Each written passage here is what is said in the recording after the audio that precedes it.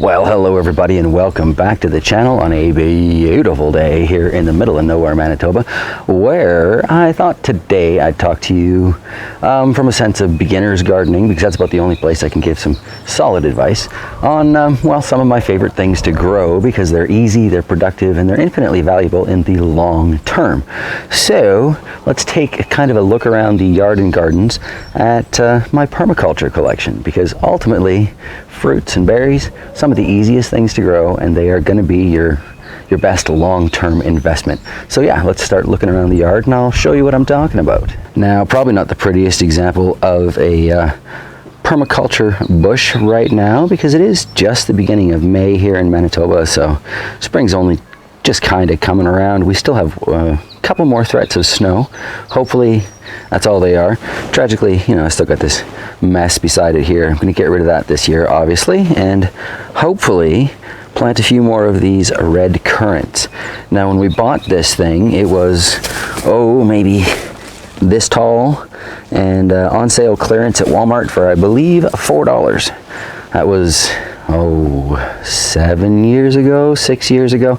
If you check back in the channel history, you'll be able to find out for sure when I got it. But this has grown quite a bit since then. Lived for quite some time in a little 3-gallon bucket, so it's not like it actually needs a place immediately when you get them. You can make them portable.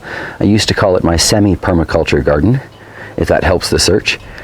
But last year alone, this thing produced far more than $4 worth of red currants.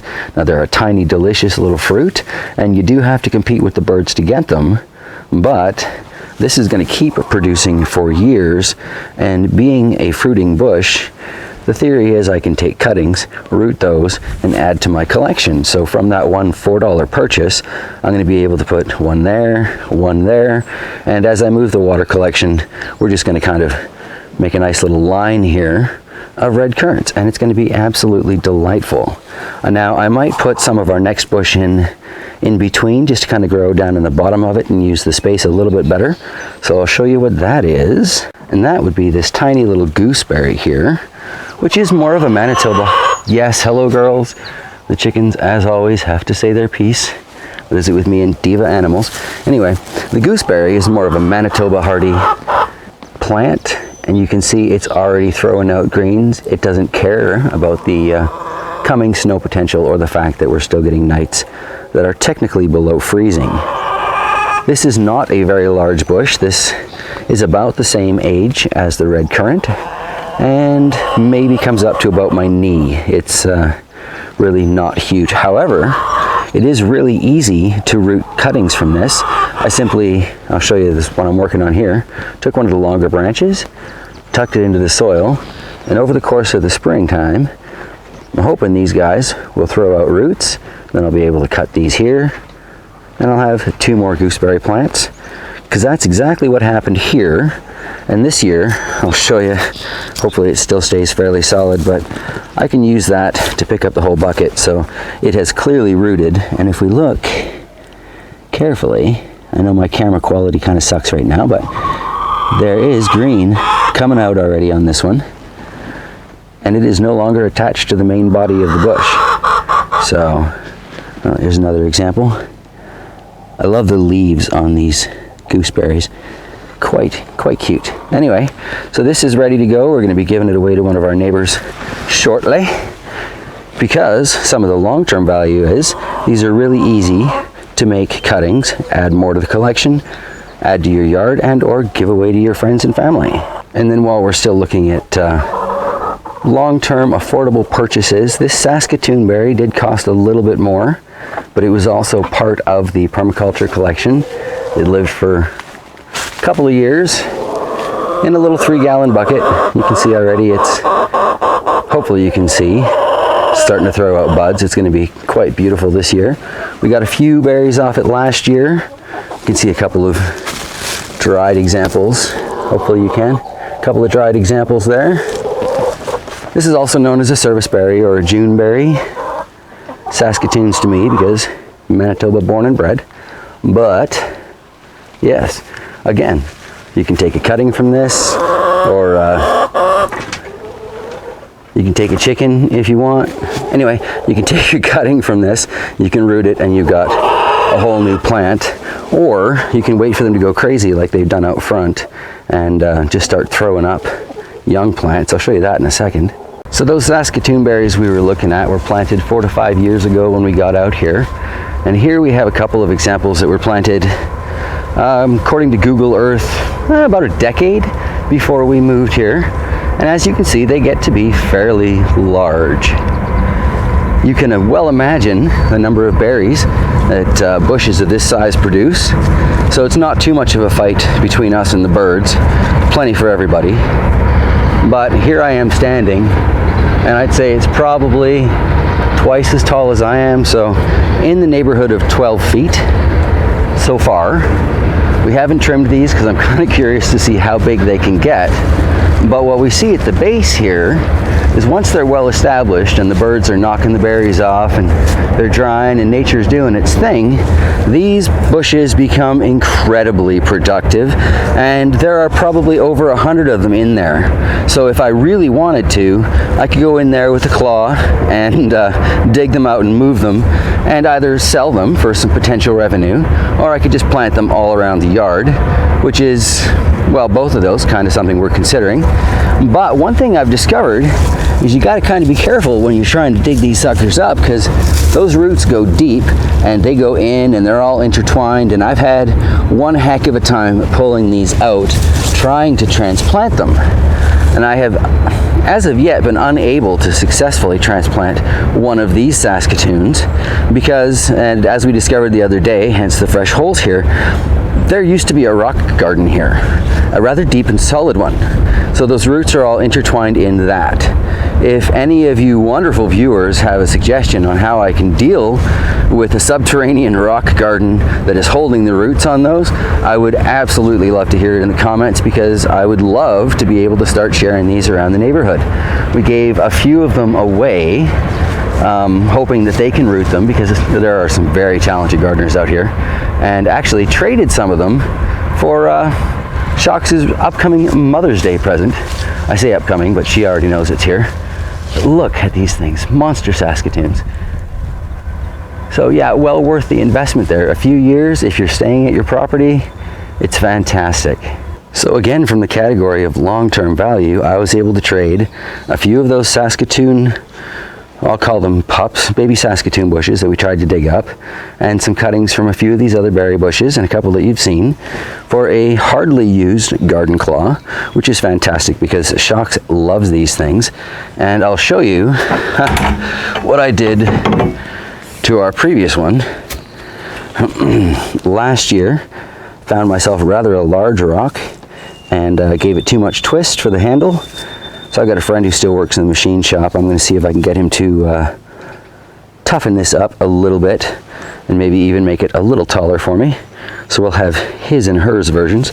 But, you know, the barter system is fantastic. Was able to trade some cuttings. Got a tool that we, you know, technically still have, but it's kind of broken. But replaced it with a new one. So everybody wins. A couple of those cuttings were from this beautiful polar jewel berry here. This is a variety of Housecat or honeyberry. This particular bush will grow to be about 8 feet by 8 feet, which is absolutely fantastic. Grows kind of a smaller berry, but we don't have to compete with the birds for this one because it kind of hides behind the leaves.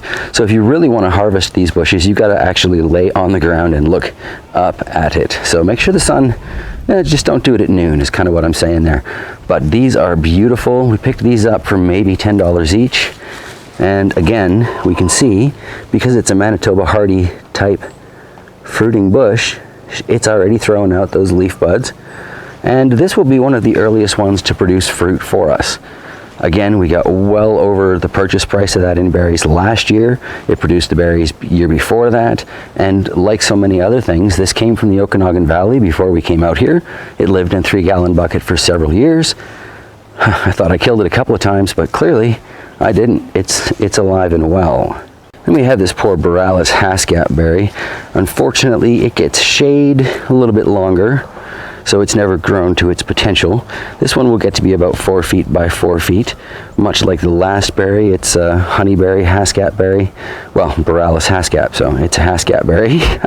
This produces a much larger fruit, but they also hide behind the leaves, so with its smaller stature, you want to make sure it's, you know, on the southern side of things, but unfortunately I didn't really calculate spring shade from these monsters here.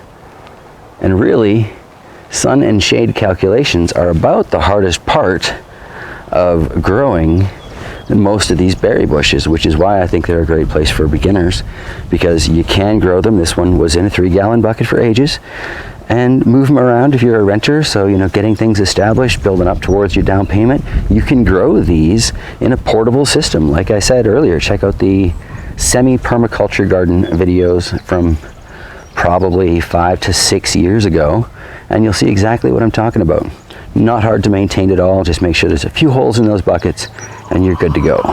And then another fairly good example of an easy berry to maintain. I've just planted this patch in last year, and again, these were traded, so they were kind of gifted from a neighbor, and I gave him some of the onions you can't see in the grasses there. We'll get to those probably next week, but they're pretty hard to kill and fairly productive once they get growing. So this whole patch here along the fence in a couple of years is going to be producing loads of berries for us, lots to put in the freezer, lots to put in mead. And it was for sharing some of the garden with a stranger, well, not a stranger, but a neighbor. So it's, again, it goes to that long-term value of these things. In the future, I'll be able to give up several of these to others as they fill in the space, and probably trade them for other things. So that's great. And when you get to growing trees, you immediately think of a tree as going to be it's a long-term adventure. But we planted this thing since we've been here. I believe it was $35 or so, $40, because it was on clearance, end of the season. In theory, it should have died. Last year, it gave us, I'd say at least a roadside little basket full of cherries. So anybody who's traveled through fruit country knows what I'm talking there.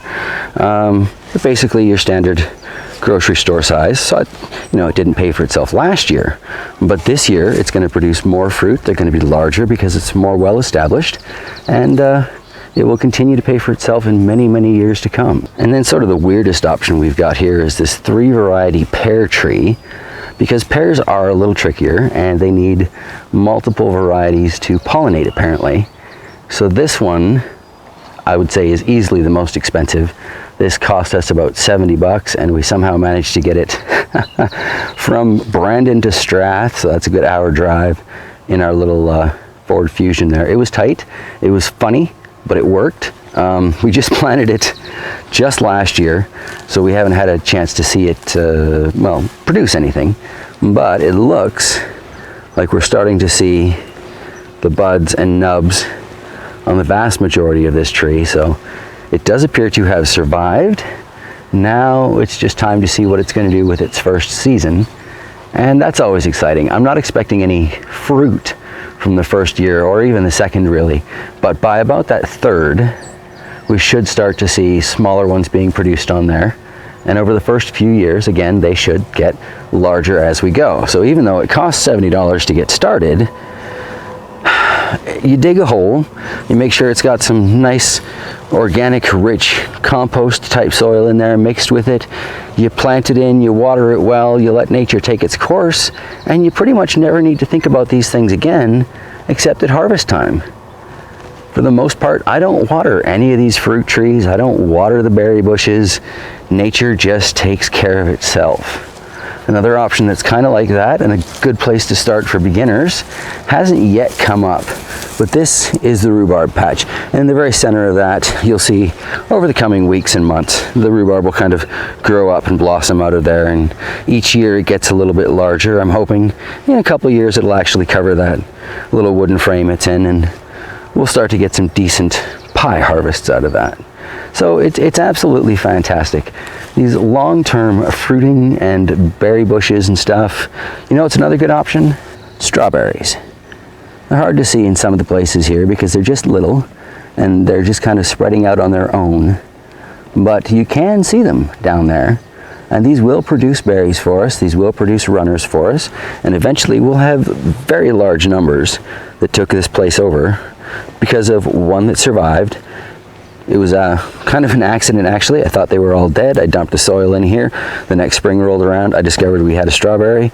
This is the spring after that, and we've got some off there, some off there. I planted a couple more beside it. Those both seem to have died.